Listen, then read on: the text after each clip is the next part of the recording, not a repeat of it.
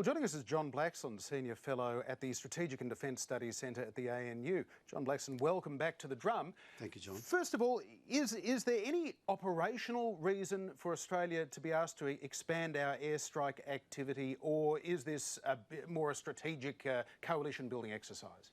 Well, it's probably a bit of both. Operationally, there is clearly an imperative to do more to beat back Daesh, not only in Iraq but in Syria. And the United States' efforts to date have not been very successful. Strategically, there's a narrative there that needs to be reinforced about seeing the coalition of the willing, if you like, being more successful, more committed. The problem is there, of course, that for Australia, whether or not we involve ourselves in Syria, as you mentioned before, there's legal aspects there that we need to be careful of. Australia's predicament are not those of the United States. We have signed up to agreements that they haven't. But also, the issue for us is very much a concern about if we've got only 6 fighter aircraft operating over Iraq and Syria, are we going to add more aircraft to the pile, or are we just going to split the resources?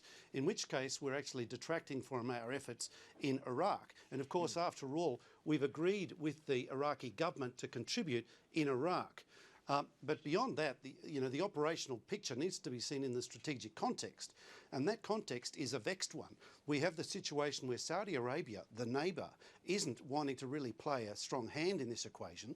And of course, on the other side, we've got Iran playing a pretty strong hand in support of the al-Abadi government in Baghdad. And then there's Turkey, and then the great powers Russia and China. So this is a very complicated situation in which the operational contribution Australia can make is peripheral. Well, there's a lot in that. Let's tease out the legal question first of all, which I guess seems like a little bit of a formality, even a sort of a diplomatic nicety when you're talking about bombing people. But what is the difference between us dropping bombs on IS terrorists in northern Iraq as opposed to dropping bombs on IS terrorists in what happens to be Syria? Well, it's a big difference if an Australian aircraft goes down over Syria as opposed to over Iraq. Over Iraq, it could be equally terrible. I mean, you could be found and captured and killed like the Jordanian pilot was not that long ago by the Daeshists. But there's also legal ramifications. So there's a factor there that needs to be taken into consideration. In terms of our involvement in Iraq, we've got a clear legal mandate. In Syria, that is not the case. And so it is quite different. Is the US request in any way a proxy for a request that would have otherwise potentially come from the Syrian regime, given that we did have that formal invitation from the Iraqis, which let us in there last year? I don't think anyone was really expecting a formal invitation from Syria. And also, I don't know that we were all that expecting an invitation from the United States. The United States has been very cautious in its approach to expanding operations in Iraq and Syria.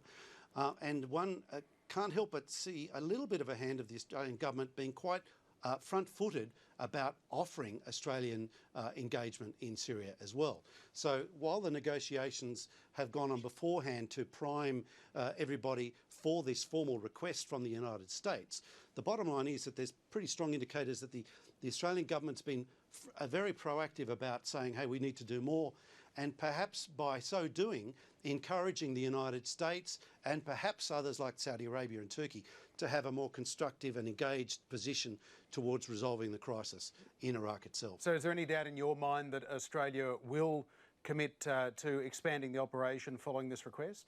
Oh, well, actually, I would have thought the decision would have come out today, because these kind of decisions usually happen pretty clearly after an invitation like that.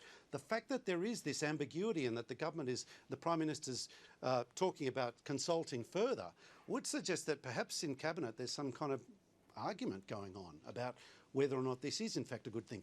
And when we think about what other pundits are saying, when you think about people like Peter Jennings from ASPI, Roger Shanahan from the ANU and Lowy, and others, myself included, we've been really hastening for some caution, calling for some caution to hasten slowly, because really this is a situation where we don't know what the knock-on consequences immediately of our actions might be. And arguably, it's a bit like putting your hand in a bucket of water. You might temporarily see the water level rise, but take your hand out. What's the consequence? All right. Let's open this up to questions or comments from the panel. Sherry Markson. John, what have been the main criticisms of how the United States has so far attempted to tackle IS in northern Iraq and Syria? And do you think there should be more of a coordinated response from around the world that possibly involves the UN more, given we're seeing millions of refugees from Syria, which are becoming a huge problem in other areas like Italy? Well, you know, the problem with the UN is the blockage from China and Russia. The whole problem in Syria is very much tied into great power rivalry and the fact that the United States and the European great powers that are on the UN Security Council are not in a position to break the veto. And so that's one of the reasons why we've got this awful conundrum that's been festering for years now in Syria. But in terms of Iraq itself, there is a leadership role here for the United States. And the United States under President Obama has really been trying to exercise restraint because after all, we've had over a decade of kinetic effects that have really not led to the results we've all wanted in Iraq or Syria. And so the question I think the Obama administration has had very much in its mind is, look, what's the benefit of bringing in more bombs? We know that the Daeshists have learnt from past mistakes. They know that the best way to operate is to hide amongst the people. And therefore, if the Allies bring in too many bombs, they're going to be so much so-called collateral damage that it will have it'll create a bit of a feedback loop, if you like, generating more hatred towards the West and towards those who would oppose the Daeshists. And John, it's a conundrum. John, do you think that there's really going to be a military solution, given that that seems to be what Daesh is sort of spoiling for? There is no military solution here. Look, you know, even if the West and Iraq and you know, Iran's proxies do manage to crush Daesh in Iraq and maybe even in Syria, you know, it's a long shot, let's face it.